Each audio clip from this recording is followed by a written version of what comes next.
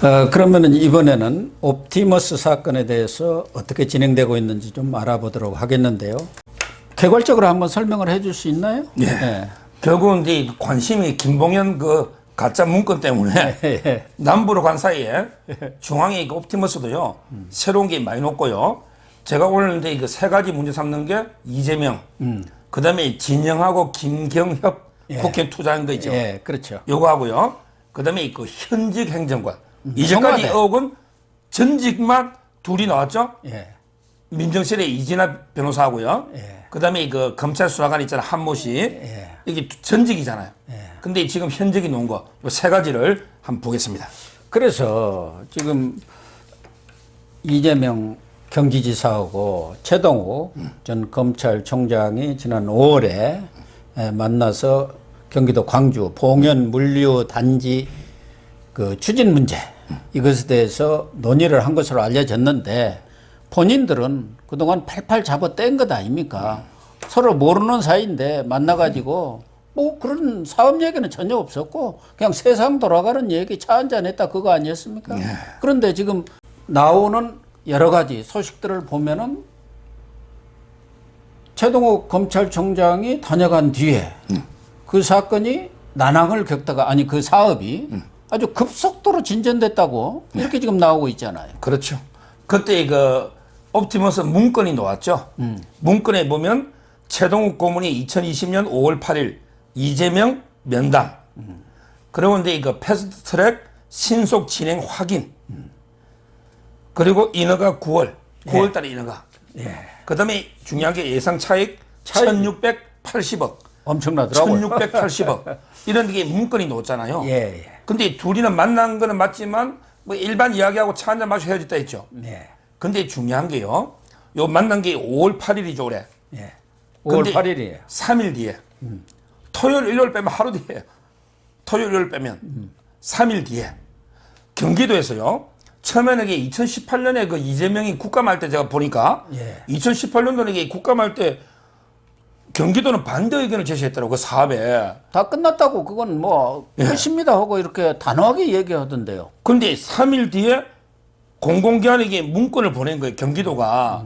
근데 이 문건을 뭐라고 보냈냐면 3일 뒤에 빨리 이게 의견을 달라. 이 문건 보낸 게 지금 어떤 곳에는 20곳이라는데 55곳인가 봐요. 최근에 권영세. 55곳에 협의를 해야 되잖아. 문건을 보내가지고 만약에 반대 의견을 안 주면 2주 이내에 반대 의견이 없으면 이견이 없는 걸로 처리하겠다. 왜냐하면 이게 그 특례법 있잖아. 산업단지. 산단 특례법에 2주 이내에 의견이 없으면 반대 없는 걸로, 이견 없음으로 찬성하는 걸로 이렇게 간주하겠다. 이렇게 진행됐잖아요. 그러니까 이거는 3일 만에 진행됐다는 말은 와, 제가 이게 항상 하는 말이 패스트트랙 있죠. 패스트트랙이 우리나라 법은 슬로우 트랙입니다. 슬로우 트랙. 박사님이 정치 전문가지만 보세요. 상임위에 패스트트랙 태워도 180일, 법사위 90일, 본회의 60일, 330일이 지나야지 패스트트랙인데 이재명이는 330일 중에 다 빼고 3일 만에. 이거는 뭐 패스트트랙도 아니고 슈퍼 패스트트랙이죠. 초 패스트트랙. 이게 과연 의혹이 없느냐. 이 부분에 대해서 이재명은 제대로 해명해라. 이렇게 요구하는 거예요. 그런데 뭐 경기도에서는 정상적인 접수 절차에 따라서 또 법의 규정에 따라서 이렇게 진행을 했다. 이런 얘기 아닙니까? 그런데 최동욱 전 검찰총장은 이 건과 관련해서 7억 원에 뭐 돈을 받았다. 이런 얘기가 있잖아요. 이렇게 엄청나게 돈을 받습니까? 그러니까 전에도 제가 여기서 얘기했습니다만은 고문료 500만 원은 그건 그냥 말하자면 껌값으로 이렇게 하는 거고 실제로 어떤 사건 그런 건마다 아마 엄청난 돈이 오갈 것이다 이렇게 봤는데 이런 큰 일들을 해결해 주면은 7억 원이 문제입니까? 이익이 뭐 1680억이 난다는데. 근데 이 옵티머스만 사건을 최동욱이 싹쓸이한 게 아니고요. 그 우리 일부에서 했던 이제 라임 있잖아. 강기정한테 돈 전달했다는 게 이강세잖아요. 거기에 변호인도 최동욱 법인이에요. 그러니까 서평이 돼요. 예, 서평. 이 법무법인 서평. 예. 여기서 이게 그 라임이든 옵티머스든 전부 이게 그 사건을 싹쓸이하는 이게 큰 문제 아닙니까? 근데 경기도는 야, 우연이다. 뭐 법에 따라 했다 이러잖아요. 예. 근데 몇 년 동안 진행 안 되는 게 최동욱이 만나니까 3일 만에 몇십 군데 이게 보내서 그것도 유리한 내용이잖아. 2주 이내에 이 없으면 이 없음으로 한다. 이게 오비락이 됩니까? 우리가 물론 이제 뭐 극단적으로는 이게 까마귀가 나니까 뭐 이게 잠깐 떨어질 수도 있죠. 그렇지만 이게 흔한 일이냐 말이에요. 대부분 이게 원인과 결과가 저는 이게 인과관계가 있는 거지. 최동욱이 만난 거하고 과연 이게 그 경기도가 한 게 우연인가, 오비락인가? 저는 이게 그래 안 보는 거고 상당히 의심이 가고 거기에 바로 최동욱의 천문학적인 변호사비 또 이게 문건에 명확하게 나오지 않습니까? 예. 그래서 저는 이 부분은 단순하게 의혹 제기로 뭐 이재명이는 뭐만 뭐 제기하면 이게 군영세 의원이 많이 제기하고 있거든요. 뭐만 제기하면 이게 국민의 힘이 아니고 국민의 짐이라고 계속 공격만 하는데 야당이 낮은 수준의 정치를 한다고 그렇게 그러니까요. 높은 수준의 정치하려면 뭐를 해야 하나요? 그러니까 본인부터 성실하게 해명해라 말이죠. 이 부분은 우연인지. 그런데 이재명 경기지사 입장에서 보면 뭐 봉현 물류단지가 어떤 건지 그건 모르겠지만 자기의 업적 하나로 뭐 치기 위해서 스스로 판단에 의해서 패스트트랙에 올려갖고 최동욱 이야기를 듣고 빨리 진행할 수도 있지만 지금 최동욱이는 과거 정권 시절에 그 혼외자 문제로 그렇게 난리 법석을 치고 본인은 그렇게 부인을 했지만 나중에 사실로 드러난 거 아닙니까? 근데 이 정권 들어와서 최동욱이가 상당한 영향력이 있는 모양이에요. 그래서 서초동 뭐 웬만한 큰 사건들은 최동욱이가 다 싹쓸이 할 정도로 최동욱이한테 가면은 다 해결된다. 뭐 이런 얘기가 있는 거 보면은 그렇죠. 이재명 입장에서도 최동욱이의 뭐 영향력이랄까 또 앞으로의 정치적인 면에 있어서도 효용 가치가 있다고 판단한 거 아닌가? 또 외부에서도 또 혹시 이 얘기가 들어갔나요? 그래서 지금 이게 그 두 법인이 잘 나가죠. 최동욱 그 법인하고요. 그다음에 이광범 LKB라고 예. 거기도 아주 잘 나갑니다. 그 이재명 그 무죄 받은 법인 있잖아. 예. LKB. 그 변호사비 갔더니 김현정보다 비싸게 부르더라고. 김현장도 안 이게 2, 3억이면 하는 걸 최동이 7억까지 와. 이런 식으로. 근데 이거는 왜 그러냐. 전부 이게 우리도 문재인한테 탄압받은 사람이 정권 바뀌면 뜨잖아요. 예. 제 같은 사람이 이게 정권 바뀌면 우리 법인도 잘 나갈 수 있어요. 저도 이게 문재인한테 탄압 많이 받았으니까 그런 거죠. 최동욱이가 박근혜 대통령한테 탄압을 많이 받았잖아. 탄압은 무슨 탄압? 자기가 사생활 때문에 그만둔 거지. 근데 그것 때문에 우리 현 정권에서는 상당히 그 덕을 보고 있는 거고요. 근데 이 로비 이게 물류단지 있잖아요. 이게 누가 하는 거냐면 골든코어라고요. 골든코어. 요게 이제 그 정영재가 사장이거든요. 예. 정영재. 아주 로비 키맨입니다. 정영재가 50% 소유한 골든코어. 여기서 이게 이 물류단지 사업을 하거든요. 정영재가 회사가. 옵티머스의 로비스트죠. 대체투자 옵티머스 근데 대체투자 사장 아니에요? 대체주 사장이죠. 근데 이 정영재가 이혁진의 최측근이에요. 요게 이혁진하고 연결되는 거예요. 그러니까 지금 라인하고는 싸우잖아요. 금요일날 첫째 판 했죠. 예. 그때 윤석호 변호사도 있고요. 뭐 또 이게 라임에 지금 김재현 대표도 있고 이 사람들이 지금 범죄 딜레마, 재수의 딜레마라고 있죠. 예. 김재현 대표, 윤석호 막 싸우고 있잖아요. 지금. 그래서 이게 술술술 부는데 지금 이게 다 요것도요. 다 이게 윤석호 있잖아. 윤석호 변호사 있죠. 부인 이진아 남편. 이 사람이 이게 술술술 불고 있는 거고.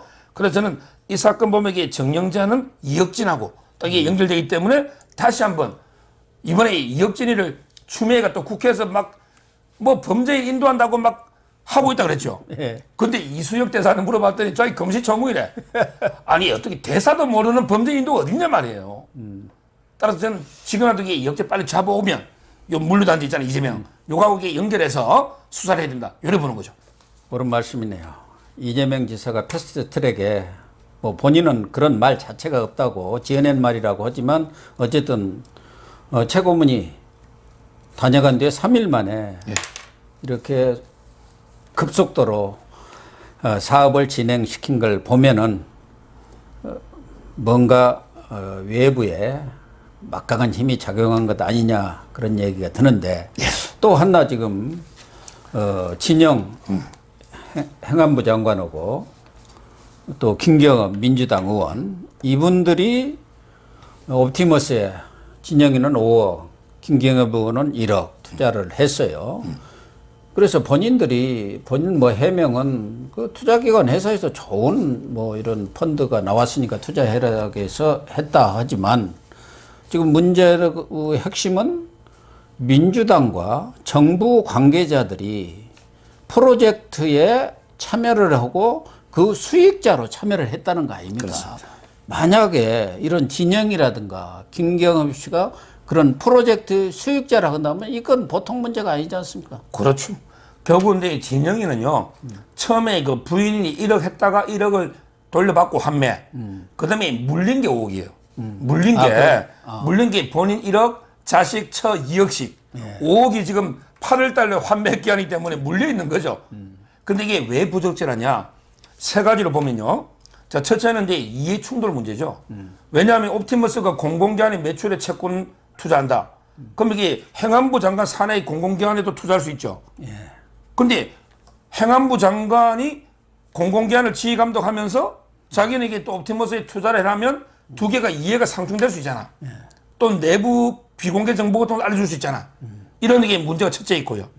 그 다음에 두 번째 저는 가장 큰 문제는 바로 이게 사기꾼한테 이용당하는 거죠. 사기꾼들이요, 처음에 어떻게 하냐, 펀드 만들 때, 처음에는 이제 청와대 압력이나 로비에서 공공기관 투자하게 만들고, 그 다음에 진영이라든지 김경엽 같은 사람도 투자하게 만들면, 그러면 이게 예를 들어 박사님한테도, 야, 진영이도 5억 했는데 박사님 1억 마십시오. 이러면 이게 박사님도, 야, 진영이도 하는데. 그렇게 될 거 아닙니까? 예. 피해자한테 이용당하는 거예요. 사기꾼들의 전형적인 수법입니다. 거물들을 고문이라든가 또 뭐 이런 데 모셔다 놓고 그 사람도 있는데 이래 갖고 다른 사람한테 그 후광 효과 이걸 노리는 거거든요. 그렇죠. 그 다음에 세 번째 마지막 문제가요. 이게 진영이가 5억 물렸잖아. 5억 누가 배상했는지 봐야 돼요. 진영이가 내가 피해를 다 봤으니까 압력을 넣어가지고 파는 정권사나 은행 있잖아. 여기에 손해배상 물려가지고 자기 다 해소하면 이거야말로 이게 직권남용이거든요. 이런 식으로 이게 청와대든 장관이든 국회의원이 권력층이 투자하면 나중에 손해봤을 때 물어줄 때 또 압력 열 거 아닙니까? 그래서 저는 이 세 가지 점에서 상당히 부적절하고요. 이 부분을 이게 철저한 경위를 수사해봐야 된다. 이래 보는 거죠. 조국이가 10억 5천 코리코 연구하고 뭐가 다르냐 말이에요. 똑같죠. 똑같은 거잖아요. 저는 이게 제대로 공직자윤리법이나 이거는 조사해야 된다. 이해충돌이나 이래 보는 거죠. 김경엽 의원도 친문의 또 핵심 아닙니까? 뭐 일일만 나면은 아주 앞장서서 대야 공격에 선봉에 선 사람 같던데. 김경협이는요, 진영보다 이게 훨씬 나쁜 사람이지. 진영은요, 머리를 쪼아리고, 그래, 죄송합니다. 사과는 했잖아. 김경협이는 이게 완전히 뭐 적반하장입니다. 주호영이가 특검하자 했더니 자기가 이게 적반하장으로 저에게 그 특검하자. 근데 또 조건 하나 따라서 공수처 해주면 한다. 그것도 이게 말이 안 되고요. 아니, 지금 무슨 여당 대표인가? 특검해가지고 내가 문제 있으면 나 사퇴할게, 언제. 근데 내가 문제 없으면 주호영이 보고 네가 사퇴해. 아니, 이게 무슨 물귀신 황당한 이게 야바이 정치입니까? 이게 말이 됩니까? 아니, 자기가 1억 투자해가지고 잘못했으면 잘못된 거지. 이게 본인이 무고화돼서 이게 주호영 보고 의원직 사퇴해라? 의원직이면 장난입니까? 정말 이게 깜도 급도 안 맞는데 말도 안 되는 게 저는 야바이 정치 물귀신 작전이다 이렇게 보는 거죠. 특히 이번 사건에서 제일 문제는 청와대 민정수석실이라 하면은 공직기강이라든가 그런 공직의 어떤 부정, 부패, 비리 이런 것들을 감찰하는 아주 컨트롤 타워 아닙니까?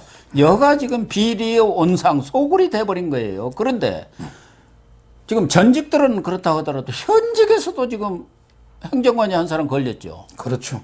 결국은 이제 이거 제가 항상 이게 옵티머스든 라임이든 이런 거는 이제 그 금감원, 검찰, 청와대 권력 있잖아. 삼각 커넥션이거든요. 근데 그 중에 핵심은 민정이라요. 청와대가 저는 핵심이다. 이렇게 보고 있고요. 이제까지는 이제 이진아 변호사는 이제 사임했잖아요. 그 옵티머스 9.8% 가지고. 그 다음에 그 검찰 수사관도 지금 사임했거든요. 근데 지금 있는 행정관은 아주 이게 행정관급 이상 같아요. 제가 이름하고 이게 못 밝히지만 뭐냐, 요 정도만 정무수석실에 강기정이 정무수석. 그 다음에 지방자치 비서관실에 있는 담당관 행정관이다. 요 정도만 하고요. 이 사람에게 그 의공은 아니고 정치인이 널공 있잖아. 항상 그 공무원 이런 사람인데 이게 어떤 혐의냐면요. 그 스킨앤스킨이라고 화장품 회사 있죠. 예, 그렇죠. 여기 아주 또 많이 구속돼 있잖아요. 근데 이 스킨앤스킨에서 150억을 마스크 사업한다고. 예. 그래서 마스크 이렇게 150억을 횡령한 거예요. 근데 이 마스크 사업을 150 투자한 게 아니고 돌려막기 하고요. 옵티머스 돌려막기에 썼잖아요. 쓴 거 아니에요. 그래서 근데 이 마스크를 어떻게 하다 보니 조금은 납품 받았는가 봐. 100만 장. 근데 이 마스크 100만 장을 광주에 또 항상 광주야 이거 보면 전라도 이게 광주의 구청에 동구청에 납품을 하는데 그때 이게 편의를 도와주고 돈을 받았다 이런 게 의혹으로 TV조선에서 단독 보도한 이런 데 사건이 또 넣었죠. 아니 그러니까 그쪽 지역이 전부 다 문재인 민주당 지지 아닙니까? 그러니까 이런 민원성 그런 사업이라든가 뭐 청탁을 하기가 딱 좋으니까 그쪽이 계속 타깃이 되는 거예요. 정확히 그리고 이제 피해자가 지금 제일 많이 나오게 되어 있지 않습니까? 그러니까요. 지금 뭐 라임 사건만 하더라도 자기들끼리 호남 사람들끼리 이제 치고받게 되어 있어요. 수사를 누가 합니까? 순천고 주신 그 라인들이 할 거 아니에요. 그러면 그쪽 사람들도 다 다치는 겁니다. 결과적으로 보면. 정확히 마스크 하니까 또 화가 나는 게요. 이 정권이요. 마스크를 어떻게 했습니까? 마스크는 이게 용들만 마스크 쓰고 조국 용들만 가재나 붕어나 개는 마스크 쓸 필요 없어. 이래가지고 이 마스크를 갖다가 안 해가서 그때 줄 서가지고 우리가 구한다고 얼마나 고생했어요. 근데 그때 오늘 보도 나왔잖아요. 근데 이 공공기관들 있죠. 공공기관들에게 500만 장 이상 사가지고 평균 57일 분량을 미리 사정했다는 거 아닙니까? 공공기관이. 이금에도 이게 분노는 나는데 저는 청와대 그 보건복지부의 담당 행정관이 이런 사람들에게 그 마스크 납품 같은 걸 도와주고 뭐 이게 옵티머스 관계자 만나서 용돈 받고 이게 되느냐 말이에요. 이런 식으로 이게 민정이라는 게 결국 도둑놈 잡고 이게 모든 5대 권력기관을 통과하는 게 민정이잖아. 자기들이 근데 도둑놈. 민정이 가장 썩어 범죄 소굴처럼 복마전이 돼 있잖아요. 그래서 저는 도대체 문재인이가요. 예? 문재인이가 이게 공공기관이 왜 옵티머스 투자인지 경위 밝히를 했잖아. 네. 근데 전부 다 청와대 민정 자기 밑에 수석들이 다 이게 압력력 구해서 공공기관 투자했지. 청와대 말 안 하면 누가 공공기관이 특히 전파연구원은 몇백억 전 재산을 누가 그 였습니까? 그러니까 유체이탈 합법이죠. 문재인도 자기 수석부터 조사해라 이렇게 지시를 해야지 어떻게 다르게 꼭 사도 낱말하듯이 이렇게 지시하느냐 말이에요. 아까 강기정 전 수석도 얘기했지만 지금 본인은 5천만 원 뭐 새빨간 거짓말이라고 하면서 거기에 관련되는 무슨 정치인 변호사를 고발한다고 했는데 문제는 이 옵티머스 수사를 지휘하고 있는 것이 서울중앙지검 아닙니까? 네. 수사를 하고 있는 것이. 그것도 적당히 지금 덮다가 본격적인 수사에 착수해서 19명의 검사가 투입되고 있는데 최근에 흘러나오는 거 보면은 과연 어디까지 수사를 할지는 좀 지켜봐야겠습니다만은 이 잔챙이들만 수사를 열심히 하는 것 같아요. 그래가지고 뭐 금감원의 전윤모 국장 또 아까 뭐 전파진흥원의 최모 본부장 이런 급들 그러니까 대통령이 공공기관 그 투자 어떻게 됐는지 잘 확인해 보라 뭐 이런 지시가 내려오니까 그런 쪽으로만 하고 실제적으로 강기정이라든가 무슨 라임이든 옵티머스든 정치인들 진짜 몸통이랄까 몸통도 아닌 좀 더 그 밑에 있는 급들은 수사를 지금 제대로 하겠느냐 하는 느낌이 들어요. 그렇죠. 근데 이게 원래는 잔챙이 아닙니다. 원래는 그 금감원 국장이면 우리나라 금융을 쥐고 흔드는 옛날 정권 같으면 이게 하나로 정권이 흔들릴 정도의 거물이고요. 그 다음에 그 청와대 행정관도 2급 행정관들 있잖아요. 센 자리입니다. 이게 잔챙이는 아니에요. 근데 워낙 이제 거물급들이 많이 거론되니 뭐 수석 실장급이 3명 뭐 비서관급이 막 이렇게 5명 놓잖아요. 예. 이런 것 때문에 그러니까. 잔챙이 저는 보이는데 저는 이 사건이요. 아무리 이게 윤석열이 뭐 5명 보강했잖아요. 그래도 이게 몸통 수사 못합니다. 그래서 문제예요. 지금 이게 문제가요. 문제가 이게 그 검찰이든 뭐 금감원이든 여러 군데서 계속 이 정권이 바뀐다고 생각 안 하는 것 같아. 정권이 그렇습니다. 바뀐다고 생각하면 수사하겠지. 그게 그러니까 제일 어떻게든 이게 문제예요. 뭉개고 가기 때문에. 그래서 저는 정권이 뭐 언제 바뀔지 옛날에 그 장자영, 김학의 이런 거 보세요. 10년 지나도 공소시효도 이게 수사하잖아요. 따라서 저는 시간은 좀 걸릴 것 같아. 이번 윤석열 총장이 눈과 귀, 손과 발이 다 잘렸잖아.